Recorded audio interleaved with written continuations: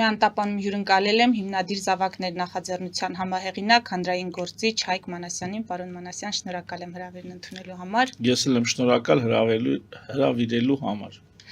Բաքվի բռնապետը երեկ խոսել է ադրբեջանցիների վերադարձից մեր երկիր, նշել է, որ մեր պետությունը, ժողովուրդը պետք է դրանից չվախենա, որովհետև ադրբեջանցիները իրենց այսպես կոչված պատմական հողեր վերադառնալու են ոչ թե տանկերով, այլ մեքենաներով։ Այս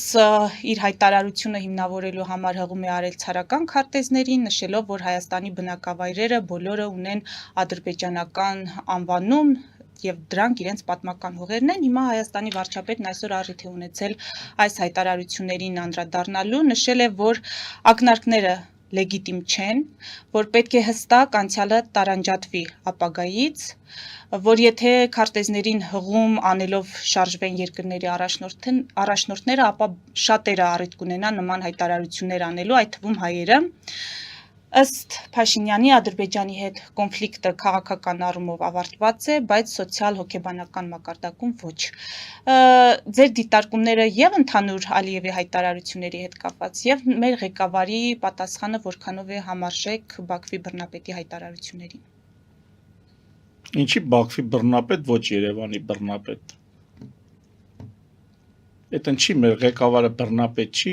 Բաքվինը բռնապետ է։ Մեր ղեկավարը ընտրված է ամեն դեպքում, պարոն Մանասյան, 2021 թվականին ընտրվել է եւ դա ոչ ոք չի վիճարկել։ Ես եմ վիճարկում, սահմանադրական կարգ տապալի, իրան դրա համար են ընտրել։ Մենք դրանք անդրադառնանք մեր Հայաստանի ղեկավարի քաղաքականությանը։ Նիկոլ Փաշինյանի եւ Իլհամ Ալիևի թե չնենց հաստատվում եւ yaman խերի մեջ կորել ենք Նիկոլ Փաշինյանով, Բաքվի բռնապետն էլ Բաքվի բռնապետ է։ Ինչքան Բաքվի բռնապետն է բռնապետ, դրան տես մի քիչ մոտիկ էլ մեր բռնապետն է բռնապետ։ Բաքվի բռնապետը թուրը կտրում է, ավելի բռնապետ է։ Մեր բռնապետի քիթը ջարդել են, ավելի պակաս բռնապետ է։ Բայց հեսա որ հանգարց թուրը կտրեց մի անգամ էլ ընտրություններով անցավ, կտեսնեք բռնապետը ոնց է լինում։ Շատ լավ։ Հիմա բուն հարցին։ Այս ուղղակի կներեք, որ այսպես կոռեկցիա եմ ածում։ Հիմա բուն հարցին։ Գոյություն ունի Ղարաքիլիսա անվանում, գիտեք, նշանակում է սև եկեղեցի։ Մեր Լանջանիստում Արարատի շրջան գոյություն ունի Աղքիլիսա, սպիտակ եկեղեցի է նշանակում։ Ղարախաչ, Ղարախաչ։ Հիմա հարց։ Սրանք եկեղեցիներ են իդեպ, բայց թուրքեր են։ Այսինքն սրանք ինչ եղել են բանը, ադրբեջանական կամ թուրքական կամ ինչ որ մի մուսուլմանական երկրի կամ ժողովրդի են պատկանել։ Անունները 100%-անոց բանը թուրքալեզու են, բայց դա 1,000,000%-անոց հայկական եւ ստեղծել են հայերը եւ ունեցել են հայերը եւ միջև այսօր դրանք հայկական են։ Այսինքն միայն եթե անուններով այդպես պրիմիտիվ մոտենանք, ոնց որ Բաքվի բռնապետն է փորձում մոտենա, ապա բայց եկեղեցիների հարցը ոնց կբացատրի։ Ավելին ազգանուններ կան, անուններ կան հայերի, քրիստոնյա հայերի։ Ազգանուններ կան եւ անուններ կան, որոնք դարձյալ, չգիտեմ, արաբական են, պարսկական են, թուրքական են, այդ ինչա։ Չլինի բանը, էմիգրանտներ են եղել, իրանց պապերը, ասենք, արաբներից են եկել կամ Պարսկաստանից էմիգրանտ են եկել են Հայաստան, ոչ խոսքը լեզուն այդպիսի բան է, բան Արցախում, Լեռնային Ղարաբաղում, մարդիկ հիմնականում խոսում էին ռուսերեն։ Ռուսերեն ավելի լավ էին խոսում միգուցե, քան գրական հայերենը։ Գրական ռուսերեն ավելի լավ էին։ Եվ դա ինչ է նշանակում, որ այդ մարդիկ ինչա, Ռուսաստանից եկած երբեմնի ասենք մալականների սերունդներին, ոչ, լեզուն այդ տեսակ բան է։ Կարա ժամանակի ընթացքում իշխող ուժի ազդեցությամբ արմատավորվի, տեղանուններ դառնա։ Այդպիսի բան է։ Հիմա երկար ժամանակ ոչ թե ադրբեջանցիները ուշադիր, որտեւ այդ ադրբեջանցի, որ ասում են, այդքան, որ իրանք տենց ինքնություն հարգող են, բան չի չկա ազերի լեզու, ինչ են թրքախոս, բայց գոնե իրանք սեփական լեզուն պահեին, քեն դառը թրքախոս, եղելա չէ, ազերիները, ատրպատականցիները, որ հայերեն այդ ատրպատականը ուղիղ թարգմանվում է որպես Ադրբեջան, էլի, չի թարգմանվում, խոսքա փոխվում է մի լեզվից մյուսը անցնելով, ոնց որ Թիֆլիսն ու Թբիլիսին, էլի։ Հիմա ատրպատականցիներն ունեցել են լեզու։ Բա ուր է այդ լեզուն։ Այդքան տենց ինքնություն հարգող, պահող ժողովուրդը, թող իրանք իրաց լեզուին պահեին, այն չեն դարել թրքախոս։ Այդ նույն ատրպատականցիները միջև ահագին ժամանակ եղել են զրադաշտ։ Բա թող իրանց կրոնը պահեին, ինչին դառը իսլամադավան։ Օրինակ, հասկանում եք, ուզում ասեմ, որ այդպիսի պրիմիտիվ, այդպիսի թերի միջնակարգ հայտարարությունները անում հարևան երկրի նախագահը։ Նոր անգամ ծիծաղելի չի։ Մի քարտեզ են գտե, որտեղ գյոյչա է գրած։ 50 հատ քարտեզ տկա, որ այդ ժամանակի ու դրանից առաջ, հենց նույն ցարական շրջանի քարտեզներ կա, որտեղ Սևանա գրած։ Ասենք ինչ դից ուրախացել եք, հասկանում եք, չունեն անցյալը ինքնությունը իրանց ուրացել են, իրանց եթե նրանք թասիբ արժանապատվություն ունեն, то վերականգնեն իրանց ազերի ատրպատականի խոսք լեզուն։ Հрьяաները սպասեք։ Հрьяաները ոչ ոք եբրայերեն չէր խոսում։ Այսօր Իսրայելում մարդիկ խոսում են։ Միայն մնացել դրանց սուրբ գրերում այդ լեզուն։ Ամեն մեկը մի լեզվով խոսում էր մի տարածաշրջանի մի երկրի լեզվով, մեկը իսպաներեն, մեկը գերմաներեն, մեկը անգլերեն, չգիտեմ, մեկը պարսկերեն, ամեն մեկը մի լեզվով խոսում էր։ Բայց այդ մարդիկ իրանց լեզուն Իսրայելի հաստատումից հետո վերականգնեցին ու հիմա ունեն եբրայերենը, օգտագործում են դպրոցում սովորացնում են մարդիկ այդ լեզուն կենթանացրին այդ լեզուն։ Բա ադրբեջանցիները, Ադրբեջանը եթե այդքան ինքնասիրություն ունեցող երկիր ու ժողովուրդ են, բա թող այդ լեզուն վերականգնեն իրանց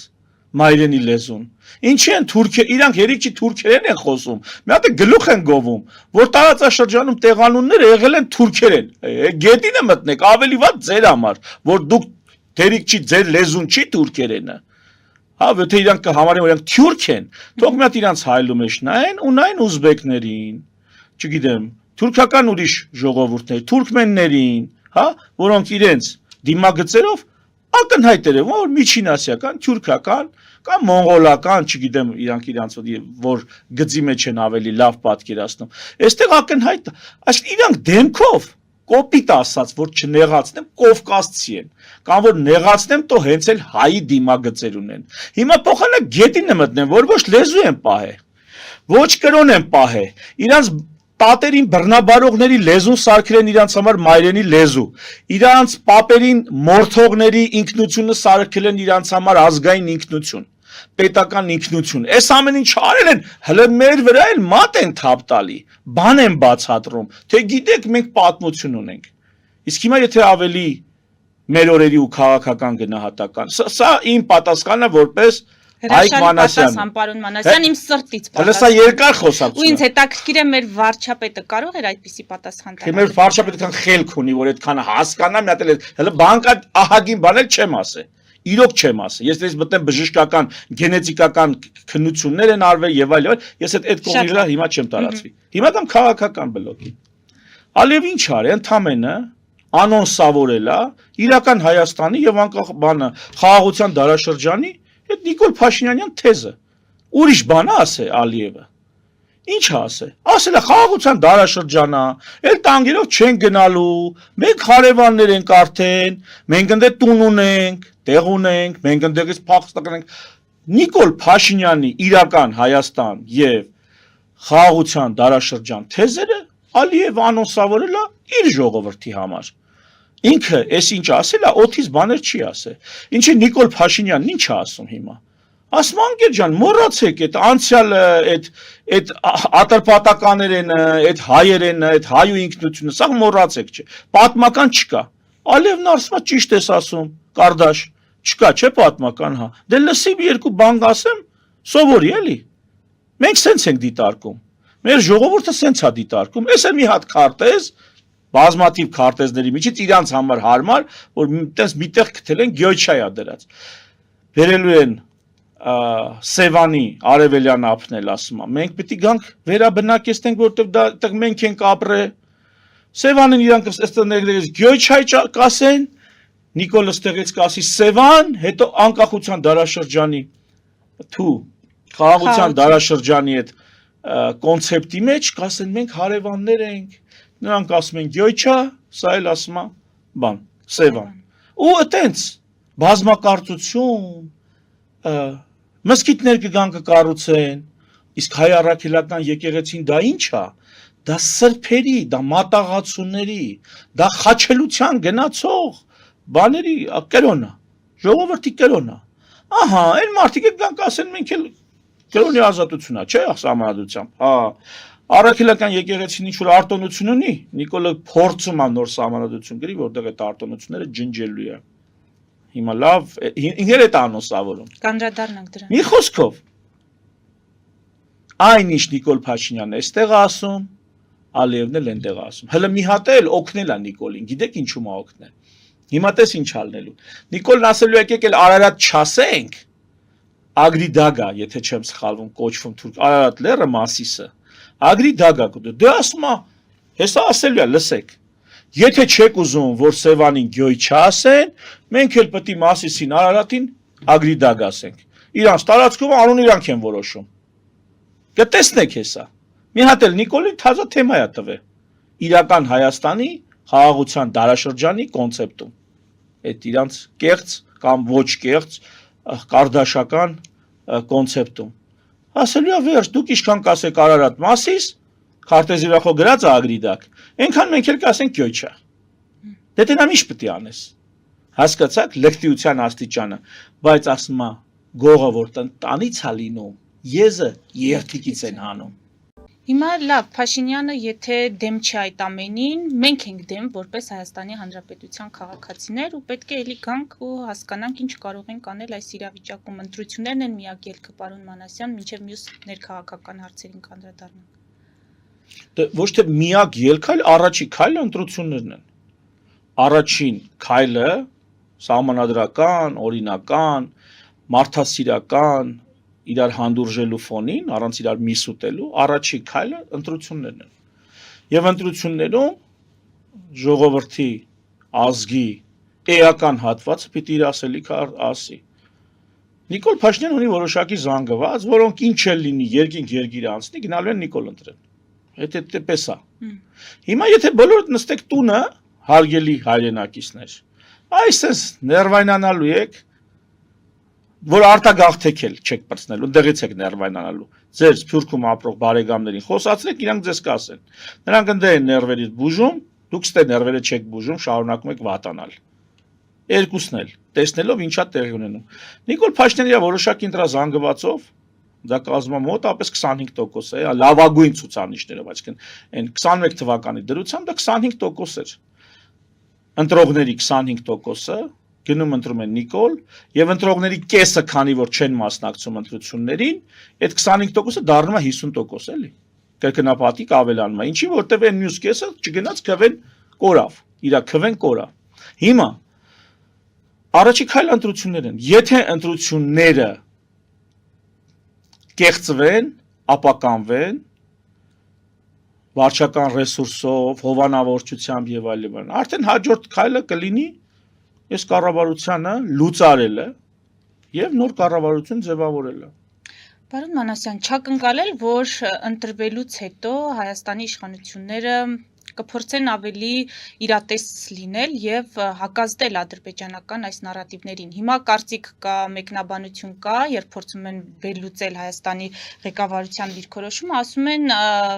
խաղաղության այդ օրակարգը կամ դրա մասին կբարձրաձայնեն այնքան ժամանակ, մինչև հնարավորություն ունենան վերարտադրվել, նորից ընտրվել։ Հիմա մենք ենթադրենք նրանք այսպես կրավորական կդիրքավորվեն կամ ձեր ոճով պատասխան չեն տան ադրբեջանցիներին մինչև այն պահը, մինչև որ կվերընտրվեն։ Մենք նրանից հետո չակնկալենք, որ ռետորաբանության փոփոխություն կարող է լինել եւ այս մարդիկ իսկապես որոշեն տեր կանգնել Հայաստանին։ Ղրսա այդքան մակերեսային բան չի, որ այս մարդիկ հանգարցակի ինչ որ պահից սկսած այլ կերպ իրաց մտածեն։ Ինչ որ պահից սկսած այլ կերպ պիտի մտածեին Արցախյան պատերազմը, մեծ 44-օրյա պատերազմը պարտվելուց հետո։ Պիտի այլ կերպ մտածեին արդեն։ Բայց չմտածեցին այլ կերպ։ Զանգեզուրը անձեռմխելի պահելու, Սյունիքը անձեռմխելի պահելու այդ խնդրի առաջ իրանք պիտի այլ կերպ մտածեին։ Մինչև այսօր իրանք շարունակում են ասֆալտի վրա փող դուրս գրել, մինչև այսօր տեսեք բանը։ Ծիծեռնակաբերդը ինչ են արել։ 2 միլիոն դոլարի շինարարություն են իբր թե սկսել, 2 հատ տվեցին ապականեցին ու հեսա ասես կանգնացնեն մինչև ապրիլի 24։ Այսինքն ինչ ասացին են արել։ վերանորոգումը այսօր հայտարարվել է, որ վերանորոգումը մինչև ապրիլի 24-ը այո, Մինչև ապրիլի 24 մինչև ապրիլը այդ ավարտված 2 միլիոն դոլարը մինչև Նախարարն է ապրիլի ասել։ 24 կուտեն կպրծնեն։ Այսինքն այդ 2 միլիոն դոլարը մինչև ապրիլի 24 պիտի տակով անեն։ Խելքի են եկել։ Էլ ուրիշ տեղ ծախ չկար, այդ քարերը բազալտ։ Ինչքան ուզում ես ասա, այնտեղ մի բազալտը ճաքեր, կարեր եւ բազալտը հասկանում ես, ասենք բուրգերը բանի եգիպտական բուրգերը, ասենք քանի հազար տարի է կանգնած են, ոչ ռեմոնտ անց է, ոչ բան։ Առանց ռեմոնտ, առանց բան այդ քանի հազար տարի կանգնած են։ Բազալտա դրան չոր չի կպնի։ Հենց 2 միլիոն դոլարի ուրիշ ծախսելու տեղ չկար, հենց այսօր էր դրա ժամանակը, ու ել եմ ասում, հիմա խիստ հարցական է, որ ինքը դա հատուկ չեն արել, որ հիմա լիքը երկրներ են բանը, լիքը այցեր են լինում, առաջ ոնց էր անպայման տանում են Չէ, ծիծեռնակաբերդ։ ասում են այս դեպքում, այս մակարդակով այցերի դեպքում պարտադիր չէ ծիծեռնակաբերդ։ Ինչի այդ մարդիկն ուզում են գնան ծիծեռնակաբերդ։ Ինչի՞ չէ։ Դա Այմարդ ուզում են գնան։ պաշտոնապես արարողակարգի Հայ այդ մաս չէ։ մարդիկ են ուզում գնան, ուզում են Հա, դա գնան։ ուրիշ հարց է, որ գուցե Հա։ որպես քաղաքացիներ ցանկություն Չէ, ունեն։ վերջ, այդ ծիծեռնակաբերդը փագ է։ Ռեմոնտի տակ, համ փող են աշխատում, համ ավիրում են, համ էլ փագում են, չեն թողում որ շահագործվի։ Ուզում եմ ասել, թե խելքի գալու լինեին, վաղուց բազմաթիվ հարցեր կար, որտեղ խելքի էին եկել։ Վաղուց էս մեր ունեցած մտավոր եւ ոչ միայն մտավոր պոտենցիալը հավաքագրել էին, օգտագործել էին։ Հասկանում եք, թե գիտականը կլինի, թե նույնիսկ մարզականը կլինի, թե Շատ լավ, իշխանությունները ձեր բնորոշմամբ խելքի գալու այդ շանսը չունեն կամ չունեն, այո, չունեն։ չեն Չունեն եւ սա շատ խորքար է, դա անձնական տվյալ չէ, ծրագիր են իրականացնում։ Շատ լավ։ Թուրքիան, Ադրբեջանը, Նիկոլ Փաշինյանը իր իշխանությամբ, եվրոպական առանձին խաղացողներ, արևմտյան, ոչ բոլորը, առանձին խաղացողներ կոնկրետ ծրագիր են իրականացնում։ Ու այդ ծրագիրը, այդ ծրագրի մեծ ծրագրի մեջ թուրքերը ավելի մեծ պատառ պիտի ստանան, հայերին դե տակ ինչ մնա, փշրանքներ։ Բայց Նիկոլ Փաշինյանը գնում է այս գործարքին, համաձայնվել է սրան, միջև տեսնենք ինչ կլինի։ Հիմա եկեք Համաձայնվել է։ հանրային ասպեկտին անդրադառնանք այս խնդրի հանրությունը մենք ի վերջո դուք ասացիք Նիկոլ Փաշինյանին կգնա իր 25%-ը ունի ձայն կտան հիմա բայց մենք ունենք տարբեր հարցումներով մինչև 60% չկողմնորոշված քաղաքացիներ այսինքն մարդիկ որոնք ոչ որևէ քաղաքական ուժի չեն վստահում այս մարդիկ ինչ է կարծում հիմա շփումներ են տեղի ունենում նաև ադրբեջանցիների հետ իրենց քաղաքասարակության ներկայացուցիչներն են գալիս մերոնք են գնում ես ուզում եմ հասկանամ հանրային մակարդակով հասարակության համար եւս ընկալելի կլինի, որ խաղաղության շրջանակներում ադրբեջանցիները կարող են ոչ միայն որպես կարճատև այցելություն գալ Հայաստան հետ գնալ, այլև կարող են երկարաժամկետ գալ եւ մեր շարքերում ապրել։ Դա ուրիշ խոսակցություն է, համակեցությունը, խաղաղ ներդաշնակ համակեցություն եւ ոչ միայն ադրբեջանցիների հետ, դա բոլորովին ուրիշ հարց է, բոլորովին ուրիշ կոնտեքստում է։ Ադրբեջանցիները այստեղ խաղաղ համակեցության ծրագիր չունեն, Ադրբեջանը պետական մակարդակով կազմակերպելու է Սյունիքը վերաբնակեցնելու, Հայաստանից փոկելու։ Միայն Սյունիքը։ Ну հատկապես Սյունիք, ոչ թե միայն, հատկապես Սյունիքը, այս աշխատանքը նրանք անելու են։ Նրանք չեն հրաժարվելու 50 տարի պահանջվի, 100 տարի պահանջվի։ Նրանք սա անելու են։ Այդ մենք ենք որ ուխտի ականջում քնած,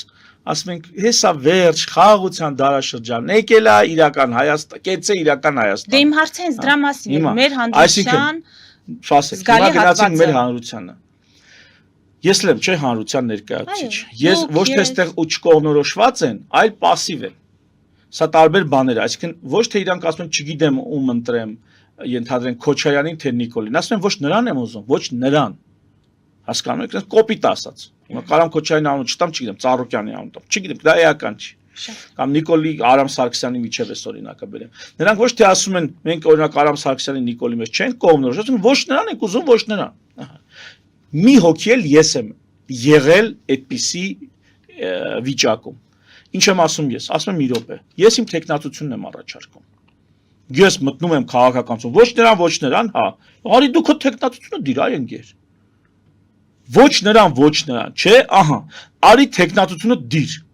Ասում եմ, չէ, ես զբաղված եմ, ասում եմ, կարող է քո պարապը ես եմ։ Դե ես գործեր ունեմ, ասում եմ, կարող է մենք մուկ ենք տշում։ Չի ասում դե իմ աշխատավարձն այնքան է, իմ եկամուտներն այնքան է, որ բան այդ падգամավորի աշխատավարձը ինձ հետաքրքիր չի կամ նույնիսկ վարչապետի։ Ասում ես կարող է գիտես մենք էլ մնացել ենք թոշակների հույսին։ Բոլոր պարամետրերով հարգելի իմ пассив հայրենակից։ Բոլոր պարամետրերով։ Ինչ պատճառաբանություն դու կասես, միգուցե երկու այդքանը ես ասեմ։ Զբաղվածության, անցավ գլուխը ցավի տակ չդնելու, այլ ոլորտում կայացվածության եւ այլն։ Բայց հիմա հարցը հետեւյալն է. դիմում եմ այդ 60%-ին։ Այդքան կակ, եկեք ձեր տեխնատությունը դրեք։ Չէ, մեր միջից մի քանիսը դնելու են։ Եկեք մեզ ձայն տվեք։ Եթե դուք թասի բիգտասիրություն ունեք, տունը նստելու փոխարեն ժողովուրդ ջան, երկու ճանապարհ ունեք անելու։ Կամ տեխնատություն եք դնում, կամ ձեր միջից ով որ տեխնատությունա դրեք, գնում եք նրան ընտրելու։ Դե ձեզ տենամ։ Ու մի նստեք, տեսնեք ահագին пассив եմ էլի Facebook-ում, ահագին արդեն երկար ժամանակ, որտեղ ասեմ վերջ, հիմա մոտենում ընտրությունները գործ կանելու։ Ու մեր գործը է տա լինելու։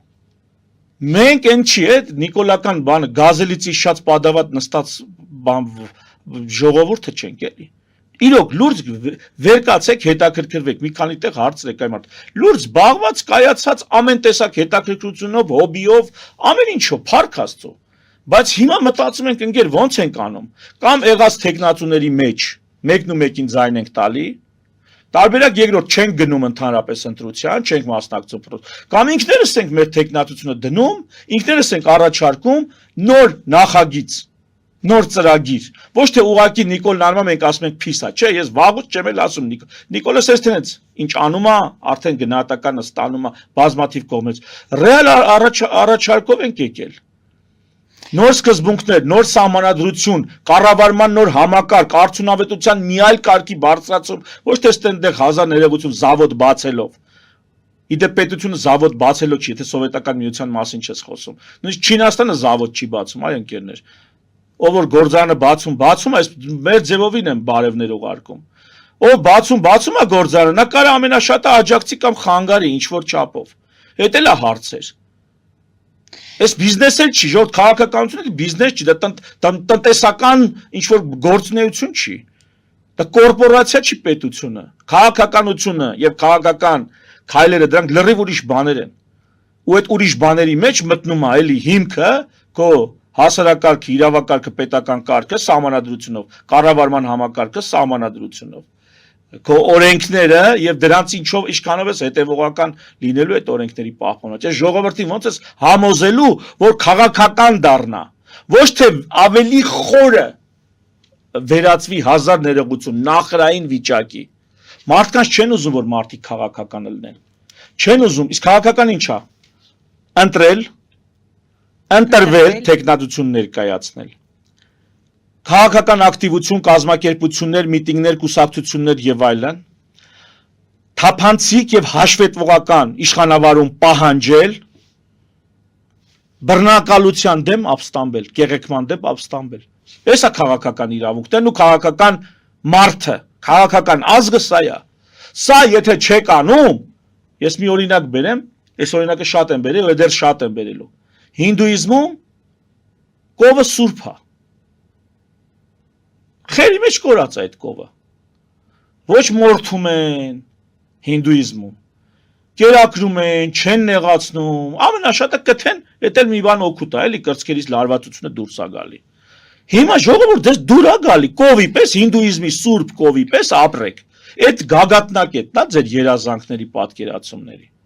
Հասկանում եք, չէ՞ ինձ, Էլինա։ Էլիզա, կներես, հասկանում եք, չէ՞։ Քաղաքական իրավունքները դրանք լավ ապրելու մասին չեն։ Դա քո կյանքի տերը լինելու մասին է։ Քո ճակատագրի, քո զավակների ճակատագրի տերը լինելու մասին է։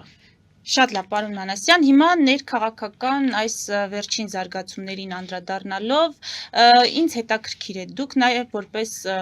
քաղաքական հայտ ներկայացրած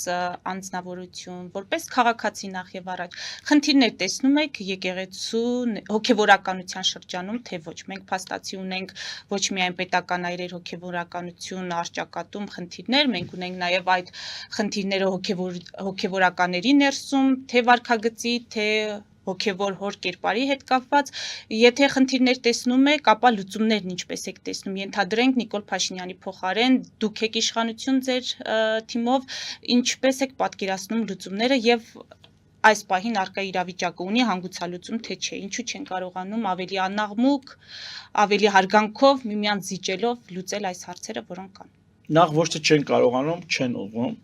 Երկրորդ այս հարցերը պետական ինստիտուտների եւ պետական այրերի եւ պետական տիկնանց գործը չի։ Սահմանադրական կարգի տապալում է այս ամեն ինչը։ Վերցրեք, բացեք սահմանադրությունը, հենց սկզբից գրած է սահմանադրական կարգի հիմունքները։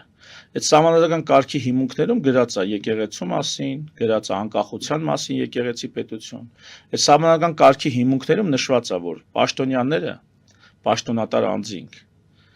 իրավունք ունեն անել միայն այն, ինչի համար իրանք օրենքով եւ սահմանադրությամբ լիազորված են։ Այսինքն թե սովորական քաղաքացին իրավունք ունի անելու ամեն ինչ, ինչը օրենքով արգելված չի,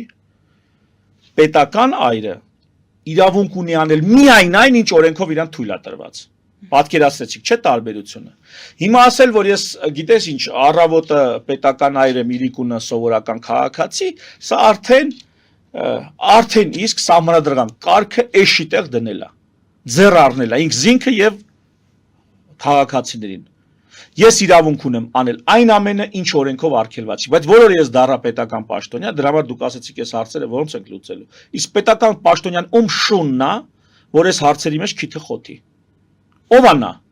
Ասում են մտել են հոգեվորականները քաղաքականություն եւ ստանում են քաղաքական համարժեք պատասխան։ Ներողություն։ Քաղաքականությունում չկա արդարություն, չկան կանոններ։ Մի հատ առանձին սահմանադրության մեջ էլի առանձին դրույթ կա։ Եթե օրենքով արգելված չի, այդ մարդը չի կարա դրա համար պատասխանատվության ենթարկվի։ Եթե օրենքով արգելված չի, հիմա այդ մարդիկ օրենքով արգելված ինչ են արել, ասեք, որ հոդվածն են քրեական օրենսգրքի կամ ոչ քրեական։ Ինչ հոդված են խախտել, ինձ ասեք։ Ինչ են խախտել այդ մարդիկ։ Այսինքն, եթե տերտերա իրավունք չունի գնա միտինգի մասնակցի, իրավունք ունի։ Եթե զինվորականը ոչ իրավունք չունի։ Եթե դատավորը ոչ իրավունք չունի։ Իսկ եթե տերտերա իրավունք ունի, այմարդ իրավունք ունի։ Ինչի մասին է խոսքը։ Ինչ են անում քիեն քաղաք, լավ են անում, աշկիտ թայն են անում։ Էդ ով ասեց, որ իրանք քաղաքականության չեն մասնակցելու։ Ավելին ասում, դու ասում ես եկեղեցին անջատ է պետությունից, այդ ասում պետություն չի, չափը ճանաչի։ Այդ պետությանն ասում է, եկեղեցին չի ասում չափը ճան։ Եկեղեցին ինչ կարող անի այն մարդ։ Ոչ զորք ունի, ոչ մինիստր ունի, ոչ ԱԱԾ ունի, ոչ հատուկ, չգիտեմ, զինված խմբավորումներ ունի։ Պետությունը, պետական ինստիտուտներ, այդ ամեն ինչ ունեն։ Երբ որ ասում են վազնանցի եկեղեցուց, հիմա Անգլիայում թագավորը համ երկրի գլուխն է, համ եկեղեցու գլուխն է։ Դե կաթողիկոս չի, թագավորն է այդ բարձրագույն իշխանությունը եկեղեցական։ Ինչու որտեվ հնուց նկատել են, որ եկեղեցի պետություն լինում է բախում։ Ֆրանսիայում կաթոլիկն է եղել, կաթոլիկը եղել է, այսինքն Հռոմի պապն է եղել իրանց տարածքում գերիշխող կրոնական եկեղեցական, այսպես ասած, իշխանության բարձրագույն ներկայացուցիչը, հա։ Իրանք որոշել են կտրեն դա, արմատախիլ անեն, դպրոցում արգելել են խաչով դպրոց գնալ երեխուն։ Ասենք, պատկերացրեք, վաղուց Այս սկզբունքները եկեղեցու սահմանափակել։ Այմարդ, բայց քո եկեղեցին է, քո ազգային եկեղեցին է։ Այնպես չի, որ ադրբեջանական եկեղեցի է, կամ չգիտեմ, ռուսական եկեղեցի է, կամ պարսկական եկեղեցի է, քո ազգային եկեղեցին է, այս մեկ։ Երկրորդը, այդ եկեղեցին ոչ մի լծակ չունի այմարդ աշխատելու։ Ոչ մի լծակ չունի, անվտանգությունն էլ է քո ձեռքը, ԱԱԾ-ն էլ է քո ձեռքը, ամեն ինչ ոստիկանություն, ամեն ինչ քո ձեռքն է։ Ինչ ես ուզում այնտեղ։